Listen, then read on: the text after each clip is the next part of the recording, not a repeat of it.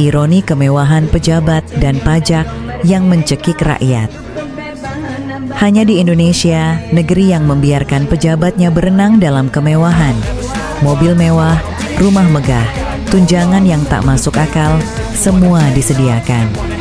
Sementara rakyat yang memeras keringat dari pagi hingga malam dipaksa membayar pajak dari setiap sudut kehidupan, harga barang yang mencekik, cukai tembakau yang melilit, pajak kendaraan yang tak terjangkau, hingga makanan pokok yang semakin sulit diraih. Kami, rakyat kecil, tak menolak membayar pajak. Tapi untuk apa? Untuk mereka korupsi, untuk membeli mobil-mobil mewah, untuk pejabat publik yang hanya berlomba-lomba menekan kami, untuk fasilitas yang mereka pamerkan kepada rakyat yang memberikan itu semua. Ironi negeri ini begitu menyesakkan. Hukum menjadi pelayan para elit, sementara rakyat hanya menjadi sapi perah bagi nafsu rakus mereka.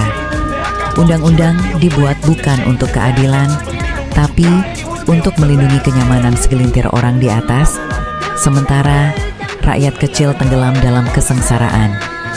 Pajak kami, keringat kami, hanya menjadi ajang pesta mereka, menghamburkan uang yang seharusnya kembali ke rakyat, untuk jalan yang mulus, sekolah yang layak, dan harga barang yang manusiawi.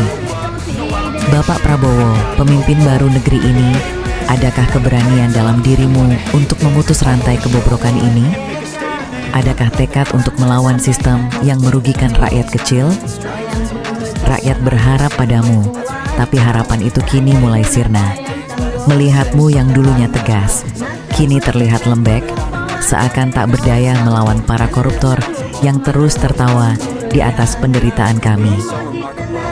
Kenapa engkau tak memiskinkan para penjahat ini? Kenapa engkau tak melibas hakim yang melindungi cukong-cukong? Apakah kepemimpinanmu hanya akan menjadi bayangan dari pemimpin sebelumnya? Apakah engkau takut atau telah berjanji untuk berbagi kekuasaan dengan mereka?